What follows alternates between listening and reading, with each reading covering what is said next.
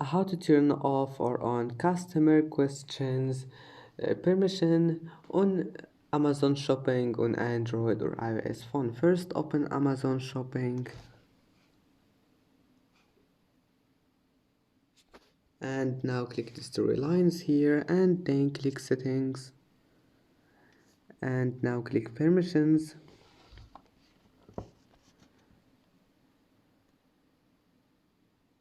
and just wait. And now scroll down and here you will find it customer questions. Now you can turn it on or off, and that's it. I hope that can help you. And that's it for today's video. If you like this video, please don't forget to like and don't forget to subscribe.